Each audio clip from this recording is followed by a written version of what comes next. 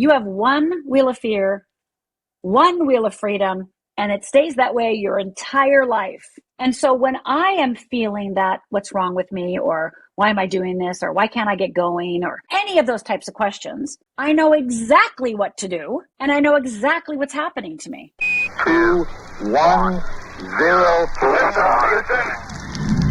Hi and welcome to Stellar Life Podcast. This is your host Orion. Today we're going to talk about fear. What is exactly your hidden fear? It's usually not what you think it is. And we're going to talk about the wheel of fear and the wheel of freedom, and also about forgiveness with my megastar guest, Rhonda Britten. She is Emmy Award winner, repeat Oprah guest, master coach, had changed lives in over 600 episodes of reality television, including starring in the hit daytime reality show Starting Over. She is the author of 4 bestsellers, including Fearless Living, and is the founder of the Fearless Living Institute. Named America's favorite life coach, she brings the neuroscience of fear down to earth, giving you a path out of not being good enough using the wheels technology she developed that saved her own life. Rhonda is fantastic. I had a blast listening to her, having this interview, communicating, connecting, and I just love her perspective on fear and on so many things that we shared in this episode. And now, without further ado, on to the show. Hi, Rhonda, and welcome to Stellar Life Podcast. Thank you so much for being here. My pleasure. I mean, who doesn't want a stellar life? Yeah. I know I do, right? We all want stellar lives. That's your expertise. Yeah. Before we begin, can you share your origin story and how did you become the person that you are? How did you discover your passion? Well, those are many questions, and I really appreciate it. And of course, I'll tell you about the worst day of my life, because it really is, right? The origin story for most people is the very thing they don't want it to be their origin story, right? The very thing that they want to be like, I don't want to tell that story. I can relate. We run from the place where our seed was birthed and where it broke open. And I ran from mine for many years, over 20 years. I didn't want to talk about it. And I definitely wouldn't have told you what made me who I am today, because I thought everything that made me who I am today was bad and shameful. And again, I don't think I'm alone in that. I think a lot of us look at the place that we broke open is also the place that we broke down. So I was 14 years old and I grew up in a little tiny town in Upper Michigan, 365 inches of snow a year, no fast food, 2 restaurants, Big Boy and the dense Douglas House Hotel. And it was Father's Day and my father was coming out to take us to brunch. My parents were separated at this time. So he's coming over. My mother made me a brand new dress because she sewed all my clothes. He knocks on the door and he's, come on, because that's what dads do. And me and my mom walk out. We were just in her bedroom and she's putting on her beehive hairdo and her rose-colored lipstick and patting it down. And my 2 sisters are in our one bathroom. So we have one bathroom, as the old days, right? Hardly anybody has one bathroom anymore, but we definitely had one bathroom. And my dad yells, come on. Me and my mom start walking out. My 2 sisters are still fighting in the bathroom. And as we start walking out, it starts sprinkling. So my dad says he's got to get his coat from the car. And as he opens the trunk to get his coat, I notice that he hasn't grabbed a coat, but he has grabbed a gun. And he starts screaming at my mother, you made me do this, you made me do this. And he fires. Now I'm 14 years old and I just start screaming, Dad, what are you doing? Dad, stop. What are you doing? Dad, stop. And he cocks the gun again and he points it at me. And I 100% believe I'm next. He looks at me, I look at him. He looks at me, I look at him. He blinks, I blink. He blinks, I blink. And it felt like it lasted forever. And my mother, who already had 1 bullet in her, looked up at that moment and saw that gun in my face and screamed, no, don't. And my father, realizing my mother is still alive, took that bullet intended for me and shot my mother a second time. And that second bullet went through my mother's abdomen, out her back, and landed in the car horn. And for the next 20 minutes, all I heard was, and then my father cocked the gun one more time, jumped to his knees, put the gun to his head and fired. So within a matter of less than 2 minutes, probably less than a minute, but less than 2 minutes, I was the sole witness of watching my father murder my mother and commit suicide in front of me. Now, I don't know how other people would respond, but this is how I responded. It was my fault. I didn't jump in front of the gun. I didn't grab it. I didn't even protect my mother. Like I didn't jump in front of her. I did nothing that could magically stop my father. And I was the only one standing. So for the next 20 years, I lived with a tremendous amount of shame, tremendous amount of guilt, and a tremendous amount like you don't get to be alive. You don't get to be happy if you watched your mother die. You just don't get to be happy. Wow. So for the next 20 years, I eventually became an alcoholic, got 3 DUIs, tried to kill myself 3 times. And it was really that third suicide attempt when I realized that I wasn't good at killing myself, not skilled at it, need a coach for that I realized I had to figure out another way. Like this wasn't working. Now, mind you, I do want to give myself a bunch of credit that during those 20 years, I went to therapy, I went to workshops, I read books. I mean, I've been reading self-help books and spiritual books since I was 12, and I wanted to be a minister when I was 13. And so I was heavily into the personal development and spiritual path. So I did all those things during that time, and they all were helpful, right? They were all helpful. They were all nice, but none of them took away the feeling that there was something wrong with me. I couldn't shake the feeling, no matter what work I did, no matter how much therapy I did, no matter what books I read, no matter how many workshops I attended, no matter if I worked with a shaman or did inner child work or whatever, I just kept on having the feeling there was something wrong with me. And it wasn't until I faced that there's something wrong with me, that I was really the seed of the work I do today, because I had to face the fact that fear had been running my life. Yes. But I never said I'm afraid or I'm scared. And I think that's very common. So if you would have said to me at 14, 20, 25, 30, that I was going to do work on fear, I would have looked at you like you were crazy, because I'm not afraid. I really believed that. I was like, I'm not afraid. I'm not scared. And that's the trick, right? That's the trick of high achievers. That's the trick of people who are trying to get on with their way. They want to find another reason that they're stuck. It must be because I procrastinated. It must be because I didn't have a mother who loved me. It must be, again, whatever it is, right? And they want to use that. But really, under all of that is just we're all afraid. And once I was willing to see that and claim that, then everything started to change. Everything started to change. And that's why I do fearless living. This story really touched my heart. It's quite shocking. What did you guys do? Like, where did you and your sister end up staying? What was your life like after that? We ended up staying after we stayed in that house for 2 years. By yourself? Me and my two sisters. So the 3 of us. My sister was 18. I was 14 and my little sister was 13. So my sister was 18, which allowed us to stay in the house. And so we lived there for 2 years. And, I was a straight A student.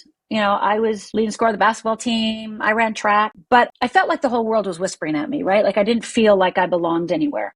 Some parents wouldn't let their kids play with me anymore, hang out with me anymore, because I was from one of those families, right? Because, I'm from a little town and these things don't happen. Like that just doesn't happen. Murder, suicide, right? So I felt ostracized. And, eventually we moved to Minneapolis. I went to the University of Minnesota, and that's where I started drinking, because I never drank in high school. But when I got to college, it was like drinking. Nobody knows me. Nobody knows my story. Nobody knows who I am. I felt like I could start over, right? I had a fresh start. It's like nobody knows me. And I made a commitment to never tell anybody my story. So I thought I could run from it. I thought I could hide it. I thought I could dump it. I thought I could avoid it. I thought I could ignore it. And again, we all know the truth of that statement. That's impossible. So I found alcohol, and alcohol numbed my pain and it numbed my nightmares, because after my father killed my mother, I had nightmares then every single night for almost 2 decades that he was chasing me and trying to kill me. And so I discovered alcohol made me black out, and I didn't have to have those nightmares. So this was awesome, right? So that's when I started drinking. My first suicide attempt was, my last year in college. And so college was good in the sense that I wanted to get away from myself, but it was also the place that, I didn't have the wholeness within me, right? I didn't know who I was. I mean, this is typical for obviously high school and college students, but I didn't know who I was. So let's just say college was not fun. College was really hard, and I had the devil on my back, and I was still running. Wow, that's so much to go through. So when did the nightmares stop? I'll tell you, it's a beautiful story, actually, because I was planning to be a minister, the day my father killed my mother, people said, oh my God. I said, well, I've forgiven him, because I actually believed I forgave him at that moment, because I knew it was the right thing to do, right? I knew it was the right thing to do. So I just told everybody I did. And obviously it became very clear to me over the next 10, 15 years that I had some issues with my father. So I did a lot of forgiveness work with him, a lot of stuff, but it didn't stop the nightmares. And then one night, I had just had a car accident. So my face, I actually got hit by a car on my bike. So my face hit the cement. So I had stitches all the way down my face. I couldn't work. And my boyfriend had just broken up with me, and I had just quit drinking. So I had no man, no alcohol, and I couldn't work. I was too wrecked up. So for those years, I felt like my father lived in my closet. So I'm sitting there, alone, sober. Oh my God. And my father, I'm trying to go to bed. And I used to sleep with the light on because I had nightmares. And so I can feel my father's in my closet. And I go, Dad, just get out of my closet. Leave me alone. Like, just stop haunting me. Just go away. And he won't leave. And a thought went through my mind that was, well, if you can't beat him, join him. Odd phrase, but how I took it was, I said, Dad, come over. So I got him out of the closet and I was on the side of my bed and he knelt down beside me and I put my arms around him and I said, I forgive you. Wow. He whispered in my ear, that's what I've been waiting for. Wow. I got goosebumps. And then I fell asleep crying because it was just so moving and so much. And that night I had the same dream. My father was chasing me. Again, father chasing me. But this time I turned around and I said, just go ahead and shoot me. Wow. Just do it. Do it. And he took out his gun. He shot at me, and they kept missing. And then he tried again and again. I kept missing. Tried again and again. I kept missing. And there was a little stone wall right next to him. And he took his gun and he threw it down. He goes, well, I guess that doesn't work anymore. And he leaned over the stone wall and pulled out a picnic basket and said, do you want to have a picnic? Oh my goodness. Right? I know, it's like wild. And then I said, yes. So he took a red and white checkered tablecloth, opened it up, and we sat down and broke bread together. And I've never had a nightmare since. That's incredible. Do you feel like you're psychic? Was this experience only with your father's spirit? My mother has only come to me twice. It's really interesting how she's come to me. Basically, she's come to me and basically said things like, I had no other choice. I didn't know what else to do, right? So she came to me just trying to let me know that she was trapped. And I feel my father and mother, like I love my father and my mother. And I do believe from a spiritual point that, I'm somebody who believes that, you want to call them angels, you want to call it the other side, whatever you want to call it. And I always imagine me, my dad and my mom, we're not mom and dad and daughter. We're three, let's just call them angels for the sake of this conversation. And we're like, what are we going to do next lifetime? Oh, we want to go back. Let's go back to Earth. Okay. And my dad goes, oh, I got something. And we're like, what? He goes, okay, but why don't we eradicate fear from the planet? And we're like, ooh, yeah, that's good. And he says, well, Rhonda, of course, my name's not Rhonda, but he goes, why don't you be the one that brings, freedom to the people? And I'm like, really, me? Okay, awesome. He goes, but something bad's going to have to happen to you. We're like, yeah, something bad's going to have to happen. And so he goes, I'll be the dad. I'll be the bad guy. You be the mom. And you know what? I'll kill you and I'll kill myself in front of you. And we're all like, yeah, good idea. Great plan. It sounds like The Little Soul in the Sun. You know that book? Yes. I imagine the three of us, I don't believe that this was haphazard. I believe this was part of my path and part of my destiny, right? So when I was able to forgive my father and I got sober, those two things then allowed the unfoldment of other things that allowed me to finally claim what I do today and who I am today. Right. And you said that a lot of people think that they can't move forward because they procrastinate or they give other reasons, but nobody wants to face their fears. Yeah. How do you discover what you are really afraid of? I mean, in your case, it's pretty obvious. Actually, it's not. That's the thing. Most people think, if you ask somebody what they're afraid of, most people go, I'm afraid of bugs, spiders, heights. And I go, okay, those are physical fears. I want to talk about emotional fears. And then they'll say things like fear of failure, fear of public speaking, right? They'll say those types of things. And those are all what I call fear responses. So most of us don't have actually a fear of rejection. We actually have deeper fears, and they're the fears that kind of ignite all the other fears. So I don't have afraid. My fears were not born when my father killed my mother. My fears were born by the time I was 5, as yours are, as everybody's is, right? We learn these survival mechanisms. We learn the way the world works. And during that time, I just want you to imagine that you hide a little part of yourself away because it's not safe to have that part. So you can't really speak up because everybody gets mad. So you put that part away, right? Or maybe, when you're happy, people go, what are you so happy about? Right? And you put that part away. Or you hear everybody talking about how stupid people are. So you put anytime you have a question, you put that away. We're unconsciously taught and come into this world too a little bit with our fears. Fear actually is, they do research now that actually some of our fears are through our DNA. So my core fear is fear of being a loser. So it doesn't have like a A to A, like my father killed himself and killed my mother and loser. No, those don't necessarily go perfectly together, but they work perfectly for me. So if I, quote unquote, am procrastinating, which I on one level don't believe in, which we can talk about that too. But so let's say I'm procrastinating or I'm afraid of rejection vacation, or I won't go to the party, or I won't write my book, or I won't, or I can't change jobs, or I can't move, or I can't, because of all these reasons. It's not all those reasons. Again, we know we're smart enough to know that those aren't the real reasons. The reason is that we are afraid that we will look stupid, or we'll be rejected, or we're a loser, or, we're incompetent. So those are the deeper fears that produce the kind of the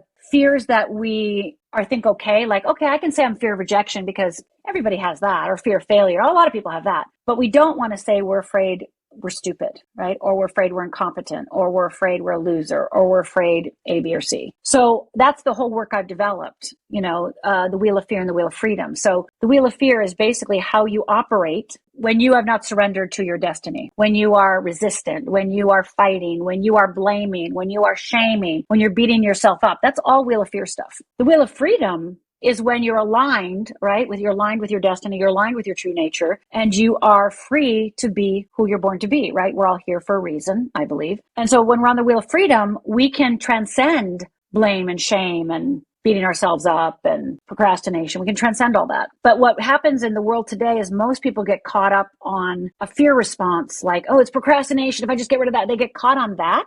And they think that if they can solve that, everything will change. And great, go take the procrastination class. You'll learn some great things. It'll help you. Yay. But then they go to bed that night, or they go, they wake up 3 weeks from then and they still feel the same way. I love that. That is so true and so deep. So tell me a little more about procrastination. What are some fears behind procrastination that you discovered for your clients? You have a wheel of fear that's unique to you, and I have a wheel of fear that's unique to me. I have a tractor-sized wheel of fear. It's quite big. Yeah.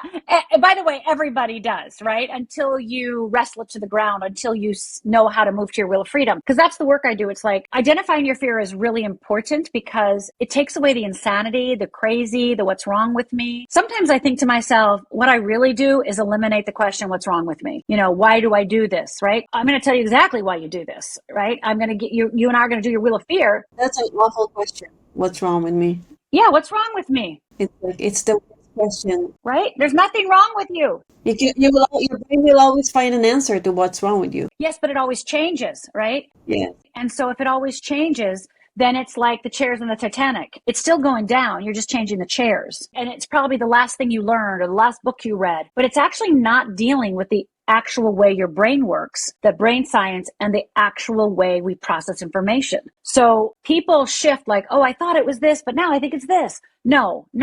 You have one wheel of fear, one wheel of freedom, and it stays that way your entire life. And so when I am feeling that what's wrong with me, or why am I doing this, or why can't I get going, or any of those types of questions, I know exactly what to do, and I know exactly what's happening to me. I know that my wheel of fear has been activated. I know that I'm having hesitation. It's about the unknown. It's about failure. It's about success. We could talk about all the feelings, but I know that my first step is to actually get on my wheel of freedom. And my wheel of freedom, for me personally, because yours is going to be different than mine, it's called the essential nature. The first part of the wheel of freedom that starts the wheel of freedom for me is to be authentic. So I would never talk about my parents. I would never talk about my alcoholism. I would be authentic? What are you, crazy? Because in my family, being authentic was the last thing you could be. Being authentic, you're too much, you're too this, you're too that. Stop doing this, stop doing that. Quit talking, like being myself. No, you could not be yourself. So me being myself, me being authentic to my true nature, it's kind of like everyone talks about, be authentic,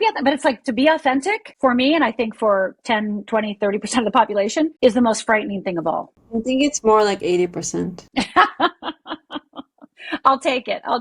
So, being authentic, we all say that we want to be and that we are, but it's like being authentic is real, subtle, deep work and a willingness to get to know yourself and understand how you process information and to fill yourself up with yourself between your bones and your skin. Like you're filled up with yourself. You're not filled up with your mom's thoughts or your boyfriend's thoughts or your spouse's thoughts or your partner's thoughts or your grandmother's thoughts. You are not filled up with them anymore. You're filled up with you. And that takes time. It takes energy. It takes a choice. It takes a decision. Yes. It's almost like my life's mission in the last few years, becoming more and more authentic with myself, with my audience, with my clients, mostly with myself and the way I express myself in the world. And it seems like a process of discovery. It is. Because I know that in my life, I lived in many places. I'm from Israel. I lived in Japan for 3.5 years. I lived in LA. I lived in New York. I did this, I did that. And in many places, I really tried to adapt and be like other people, almost like a chameleon, where I dim my own light or I change my own colors to fit in, just to rediscover over and over again that there is no way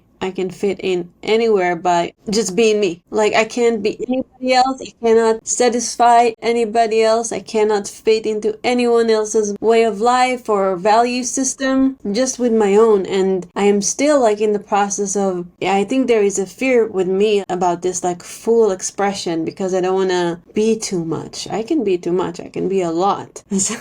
So my definition of success for the last 28 years, 28 years, my definition of success is full self-expression. That's my definition of success. So, you can have a book. I have 4 books. I have 3 TV shows, right? I've done lots of things. I've won an Emmy. But the success is that I was myself. I was an actress when I was younger. And I remember when I quit being an actress, I decided to quit acting. And I remember saying vividly, I don't want to play another character. I want to play myself. Nice. And I always think God is such a great sense of humor, because then 20 years later, I'm the first life coach in the world on a television show. Playing myself, right? Being myself. And I'm hired for myself. That's beautiful. So I was on TV when I was younger because I didn't want to be myself. And now I'm on TV as myself. Like, it was amazing.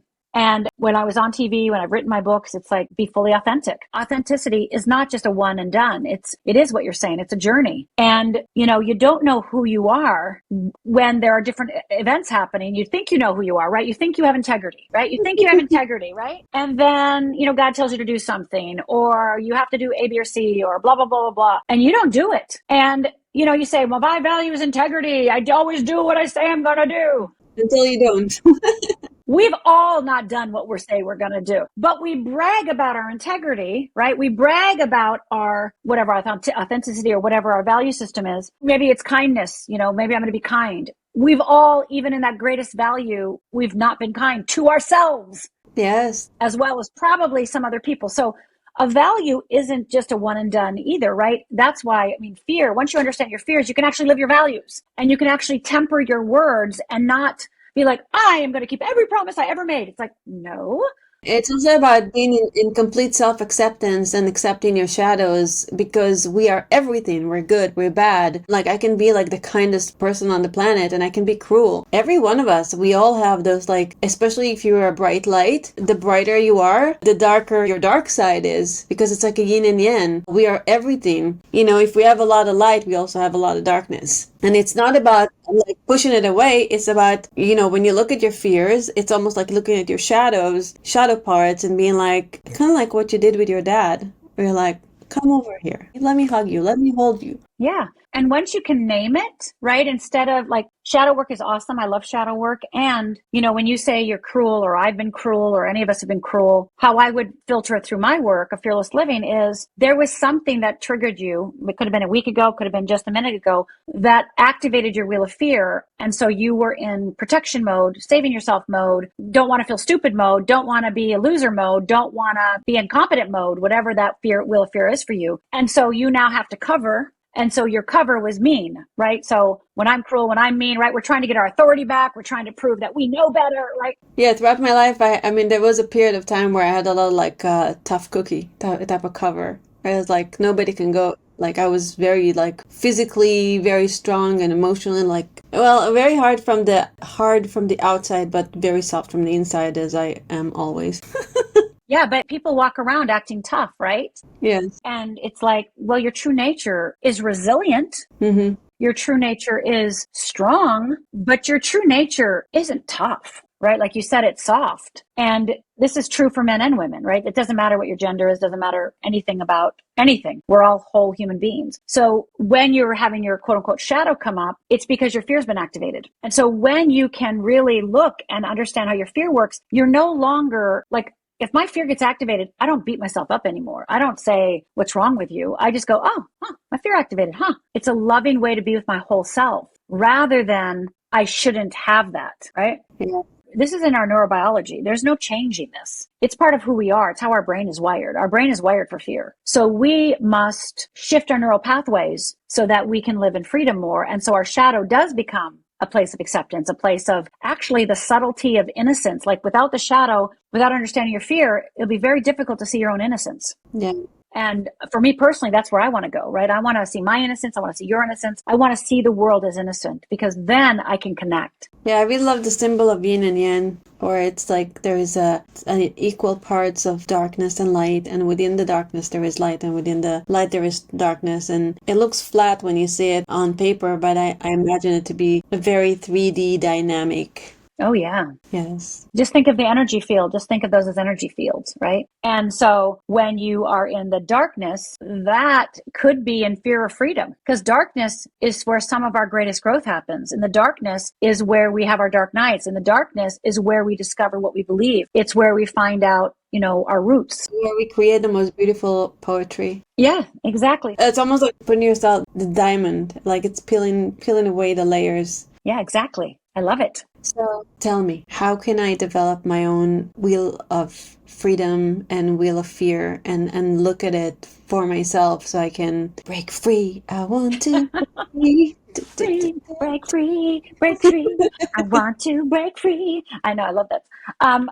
There's many ways to do it. One is I take you through my book, right? I take you through Fearless Living. Mm-hmm. And we go through the entire thing, and I have exercises in here that literally break down the wheel of fear and wheel of freedom. So I'm going to show you a picture of the wheel of fear as soon as I find it here. There it is. So that's the wheel of fear. So what happens is we get triggered, right? My trigger is loser. Don't know what yours is, but I get loser. Now, did anybody call me a loser? Never. Nobody ever called me a loser. So when I discovered this, it was shocking to me. And you'll be shocked too. You'll be like, what? Because if you're used to it, if you were called stupid your whole life, your trigger isn't stupid. Mm. You're well aware of that. So the trigger is that thing that has been running you in the dark, right? Like in the hiding, because it has to protect you. So it has to hide really, really, really good because it has to protect you. It wants to hide. Right? It doesn't want you to see it. So I have a series of exercises in my book and of course in my workshops, Fearless Living training program, and to show you how to do this. So you can do it yourself. You can do it with a coach. You can do it with me. You can do it in Fearless Living because we have classes, etc. So you're activated. Let's say you're activated, right? So loser, maybe I walk into a room, maybe a party, and the first person I catch, they look at me like this. Right? They look away from me, right? Well, if I'm on my wheel of freedom, it doesn't impact me. On my wheel of fear, I'm like, I'm not welcome here. These aren't my people. Ruins your whole evening. Right. It totally wrecks me. Maybe I go, be brave, go in the party, right? But all the time I'm thinking like, these aren't my people. I don't belong here. That person doesn't like me, right? I'm trying to get past it, but I'm not doing the internal work to actually get past it. So I'm doing those fear responses, right? Like I said, I don't belong, something wrong with me, blah, blah, blah. So then what happens is when you do these fear responses, and again, we've all done it, we end up having a feeling, right? We end up feeling something. So if we're beating ourselves up, putting ourselves down, judging ourselves, we eventually feel something. And for me, my feeling on my wheel of fear is worthless. I feel just worthless. Some's unlovable. Again, you have different one than you might have the same, but most likely you have something different. So I feel worthless. So when I, Rhonda Britten, feel worthless, then I go into self-destructive behaviors. And that's drinking, eating, sleeping, staying awake. We all know our self-destructive behaviors. You know yours, I know mine. I'm going to go and grab a pint of Ben and Jerry's, right? And I'm going to eat the whole thing, right? That's one of mine. Or maybe I'll stay up all night. I won't sleep. I won't take care of myself. And some people drink. I used to drink. Some people do drugs, et cetera, et cetera. So that's our fear response. So then we start doing self-destructive behaviors. It only makes our wheel of fear go, well, you better get better at hiding that loser thing. You better get better at that. So it doesn't free me. It actually just gets stronger. So now the wheel of freedom, let's go over the wheel of freedom and let's do that same example.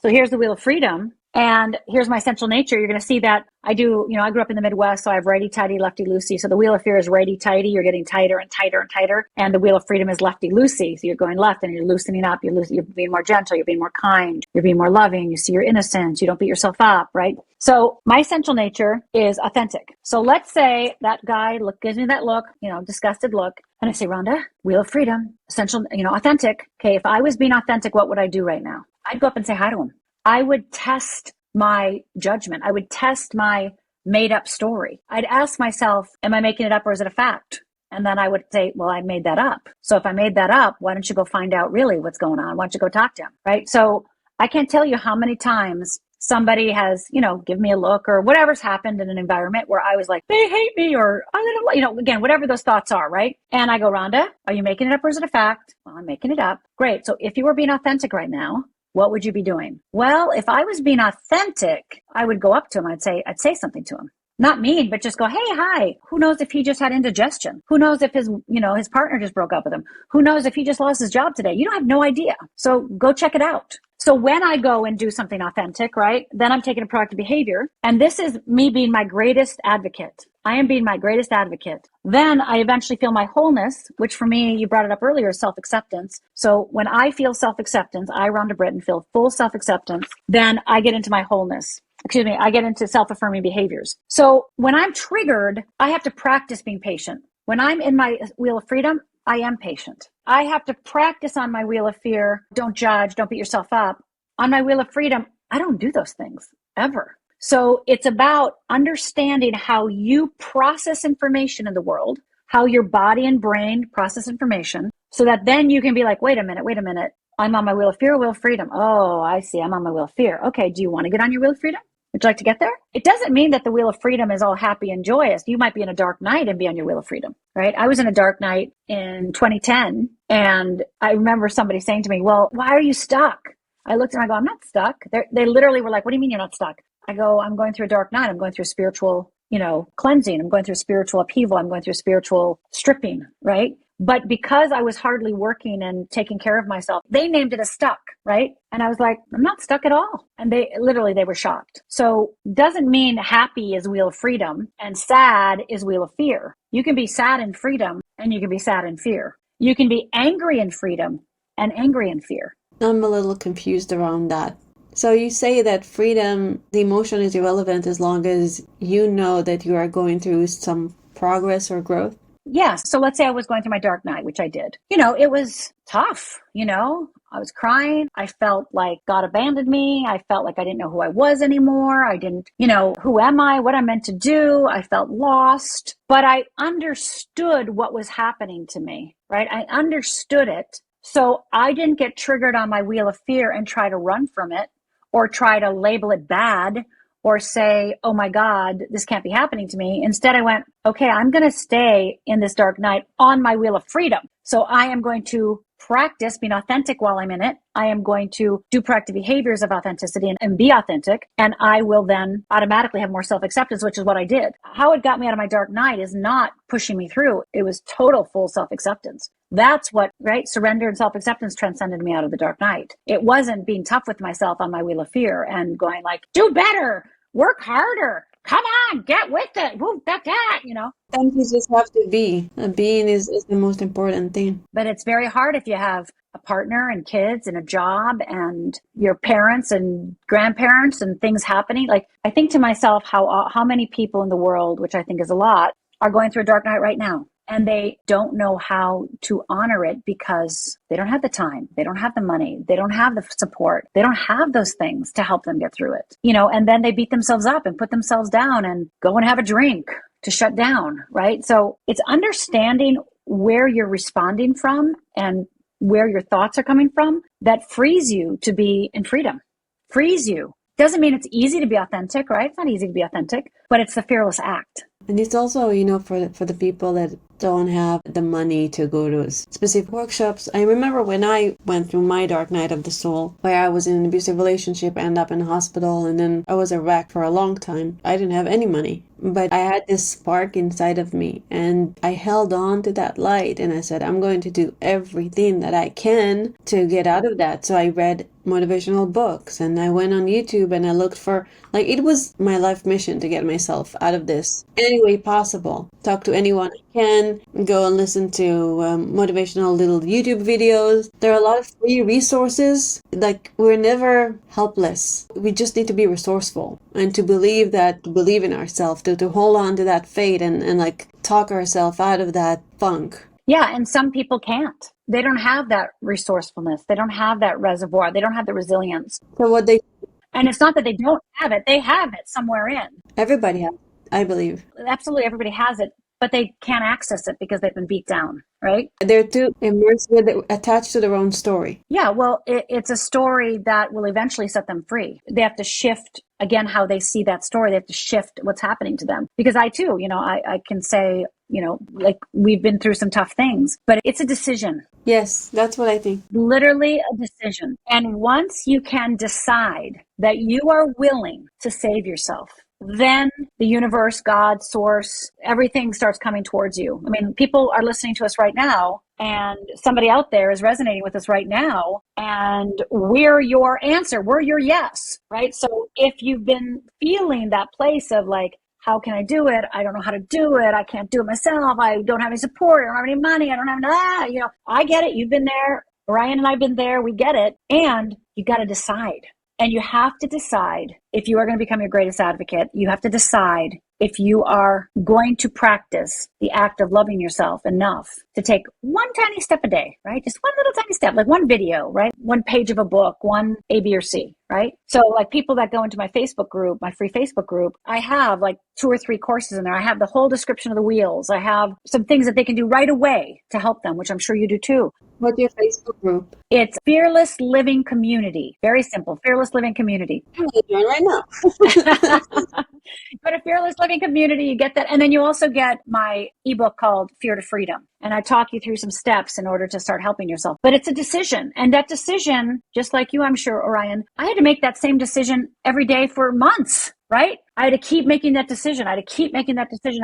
I had so many opportunities to make this type of decisions in my life. You don't even know. Like over and over and over, like the phoenix from our ashes, because we all have a light inside of us. We are all here for a reason, and God doesn't give you anything you can't handle. And you're strong enough to handle if you want to get out of the story, if you want to make the decision to rise up, because life can be incredibly beautiful. And you can achieve more than your wildest dreams, like you did. Yes. And so, I was going to be a minister at 13. So I love that you just said, God will not give you more than you can handle. So I was going to be a minister, just told my mom I was going to be a minister. And then when this happened, I'm on the porch. My father's just shot my mother. What I hear is God will not give you anything, that you can't handle. My goodness. And when they were on the ground, I ran into my mother's room, got on my hands, prayed to God, please God, keep my mother alive. Please God, keep my mother alive. If she lives, I will do your bidding. I will be a minister as, I will do your bidding. But if she dies, all bets are off. And what happened at that moment for me is I never stopped loving God, right? I didn't stop loving source, universe, whatever word you want to use. But I didn't think I was capable of what he gave me. Like he believed in me more than I believed in me. And I was like, I can't take any more tests. So I literally put a line between me and God, and I put God on the other side and said, okay, great God, love you. See you over there. Yay. Okay, wave. But I could not surrender my life to him anymore, because if that's kind of the test he's going to give me, no, thank you. And so for almost 20 years, if I heard the word God, I'd go light, source, universe, spirit. I'd change it because I could not hear the word God. And it wasn't until I forgave my father, until I started doing some spiritual work, deeper spiritual work, because again, I still did spiritual work, but I couldn't say the word God, that I started to think about saying the word God. Like, think about it. God's always nudging in my ear, telling me like, Rhonda, do this, Rhonda. And so one day I remember I was coming from a class, spiritual class, in my SUV on the 405 and coming over the hill, and it was pouring rain. And God was literally like, you cannot deny me. You cannot deny me. And I was like, ah. And so I had to pull over because he was literally like not stopping. And so I pulled over on the side of the road and I had it out with God. I had it out. I told him everything, and I did all the yelling and hollering and the everything that I could possibly do. And I felt like I was literally wrestling with God. And about 45 minutes later, I remember I woke up, I went through the process. And at the end of that process, I can no longer deny you. And if that means everybody dies, because I was always afraid like God was going to take my sisters, and I think unconsciously I was keeping my sisters alive by not believing in God, right? Like not like loving him, but not trusting him. So I remember that night saying, okay, if they have to die, they have to die. I can no longer deny you. And I didn't know if they would live or die. I really didn't know that. Like logically, I'd be like, well, of course they're not going to die. No, my whole body was like, they're going to die, right? But that night I wrestled and got to the other side, and Me and God have been talking ever since. Nice, that's beautiful. When I started this podcast, I always said spirit, consciousness, whatever, trying to put this like new age words that will make other people feel more comfortable. And then I think it wasn't a conscious, like I was thinking, now I'm thinking that I'm going to say the word God. But somehow I came to the realization that this is what I believe in. This is part of my authentic expression. And if somebody has a problem with my authentic expression, it's their business. Like, I love God. Right. It's not the pot. Right. Yeah, I believe in God. I mean, sometimes I use new age words because it makes me feel smarter and cooler. But yeah, Well, I went through 5 years of school for metaphysics and spirituality, and I use them because I trained on that. yes, me too. I'm a spiritual practitioner. I went to ministerial school. Yeah. Yeah, with all the million, bazillion, trillion, I don't remember how many workshops and things that I've studied. Yeah, no, it is. And so it is. Yes, but yeah, I love it. I wanted to ask you a little bit about forgiveness. What's your take on forgiveness? Like, how fast or how slow can someone forgive? And do you have any aha moments? I mean, like, you're a master of forgiveness with what you've been through. Yeah, I actually have the forgiveness exercise I used with my dad before I actually ended up forgiving him. I created this forgiveness exercise that I used, which I'll share in just a minute. But my whole philosophy on forgiveness is it's you breaking the ties, right? It's you severing the string. It's you claiming your sovereignty. It's you no longer being a victim. Right? When you forgive somebody else, you are claiming your power back, your energy back. You are claiming that string that's been attached to them. Because in our unforgiveness, we're always attached. If you have unforgiveness, they are literally attached to you and they are literally draining your energy and you're letting them, right? And sometimes we're not ready to forgive. And I get that. And you don't force yourself to forgive. And I do believe that there's layers of forgiveness. So remember, when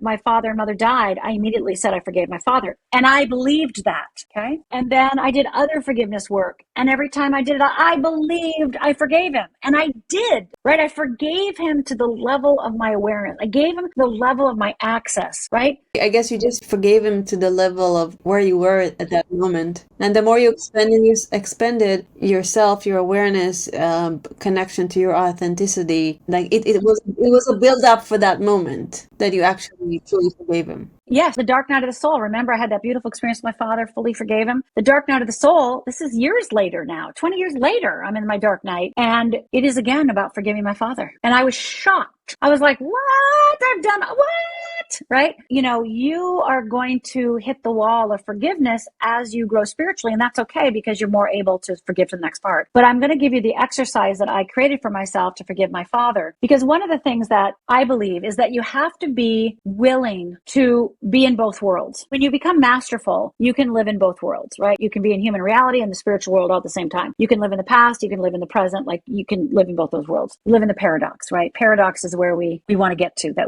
the paradox is fine and natural for us. We're not confused by it. It's not the unknown. So the exercise I created was I put a line down the middle of a piece of paper. People are listening, they've got a piece of paper, put a line down the middle. And on the left-hand side, write the name or the organization that you must forgive. You have anger towards them. You have resentment. When you think of them, you're like, right? Even if it's a little bit, just put somebody's name there. For this exercise, I'm going to put my dad's name. Then on the right-hand side, on the top, I'm going to write, I'm willing to forgive you. Okay. So the left-hand side, I got my dad's name. The right-hand side, I'm willing to forgive you. And this is how the exercise goes. I want you to think of your dad or think of that person or that whatever you haven't forgiven or you're having struggles with. Just think of the first sentence you'd like to say to him. So let's just say mine would be, I can't believe you killed mother, right? Then I'm going to go over to, I'm willing to forgive you. And then I'm going to go to the left-hand side and go, no, I'm not forgiving you. I go over to the right side. I'm willing to forgive you. The last thing I'm going to do is forgive you. I am willing to forgive you. You ruined my life. I'm willing to forgive you. I couldn't have ABC because of you. I'm willing to forgive you. I became an alcoholic because of you, right? Like, so you just keep going back and forth and you literally do that until you're exhausted, like emotionally spent. I think the first time I did it, it was like 7 pages long. Okay. And basically the left-hand side, you're just writing whatever comes through you and you're doing it sentence by sentence. Okay. So you're not writing a paragraph. You're just writing a sentence and I'm willing to forgive you. So that you're basically what you're doing is you're training your brain to live in both realities, right? You're creating new neural pathways. So now what if I'm willing to forgive you makes you want to throw up? Like you're just like, I'm not going to do this exercise, Rhonda Britten. Then I want you to do this. I'm willing to forgive you one day. So you're going to make the right-hand side palatable. I'm willing to forgive you one day in the far future, not in my lifetime. Okay, great. Write that. And then keep going back and forth. And what people do is they stop too soon, right? Because they don't want to keep feeling the left-hand side. But really what ends up happening is if you stay with it, the left-hand side transforms. It's like right in the minute you might be angry or frustrated or whatever, and then it changes. It starts changing and you start softening. And, remember, we all know that forgiveness, we don't forgive because we think it's our protection, right? We think it's going to protect us from this in the future, from the person, from other people like that. So we have to not forgive so we can stay angry, so we can stay tough. And I get it. If you're not ready to forgive, if people aren't ready to forgive, so be it. And as we all know, if you don't forgive, you're the one that's attached to the person and you're the one letting them drain your energy and you're the one, the victim of the situation. So don't forgive. If you're like, Rhonda Britten, I'm not going to do it. It's like, okay, all right. And if you want to just touch in a little bit, just like put your toe in, just do this exercise and allow yourself just to feel all the feelings, anger, frustration, loneliness, procrastination, anger, whatever it is. And at the same time, say, I'm willing to forgive you one day in the far, far future, when maybe in my third lifetime from now. That will start, opening the door. It'll start opening, like you got your foot in the door and it's going to start opening and you're going to start being able to breathe. Right? You can start breathing a little bit more and you'll start feeling more freedom, not only in your heart, but in your entire body. Wonderful. That's beautiful. Thank you for sharing that. That's a very unique exercise. I loved it. Before we say goodbye for now, I have 2 questions for you. One, what are your 3 top tips to live in a stellar life? And number 2 is, where can people find you? Okay. So the first one, 3 tips. Okay. First one is, there's nothing wrong with you. It's just fear, right? So if you really took on, there's nothing wrong with me, it's just fear, your world and the way you saw yourself would change. 2, memorize this question. Am I making it up or is it a fact? And I know you're going to think it's a fact, right? When somebody says to me, well, my boss doesn't like me. I go, well, are you making it up or is it a fact? Oh, it's a fact. And I go, well, show me the evidence, right? And they're like, well, it's the way he looks at me. I go, well, but did he say it to you? Well, no. Well, if he hasn't said it to you, you're making it up, right? So really memorize that question. And then 3rd is be willing to see your innocence, practice seeing your own innocence. When we are willing to separate our made up versus fact, when we're willing to say there's nothing wrong with me, it's just fear, it's a lot easier to see your innocence. And when you can start seeing your innocence you'll start seeing other people's innocence. And all of a sudden there are no enemies, right? Anymore. There are no enemies. And again, doesn't mean you have to be friends with those people. Doesn't mean you have to have lunch with them, but you're in touch with your humanity and you're in touch with the highest spiritual principle possible, because innocence is what's preached in every high spiritual book. Right? So those are the 3 things. How people can find me is fearlessliving.org. And I'm happy to give you a little gift. So if you go to fearlessliving.org/risk, R-I-S-K, fearlessliving.org/risk, R-I-S-K, then you get to download my Stretch, Risk, and Die course. And I talk about the Wheel of Fear some more. And I actually show you how to move through procrastination. That's amazing. I'm going to show you and break you through that. So we don't want to call ourselves procrastinators anymore. So Stretch, Risk, and Die, fearlessliving.org/risk. And of course, go over to my Facebook group. It's free, Fearless Living Community. Perfect. Thank you so much, Rhonda. I really appreciate it. Thank you. I loved it. Stellar life to everyone. Thank you. And thank you, listeners. Remember, nothing's wrong with you. It's just fear. Memorize, am I making this up or is this a fact? Probably not a fact. Be willing to see your own innocence and have a stellar life. This is Orion. Until next time.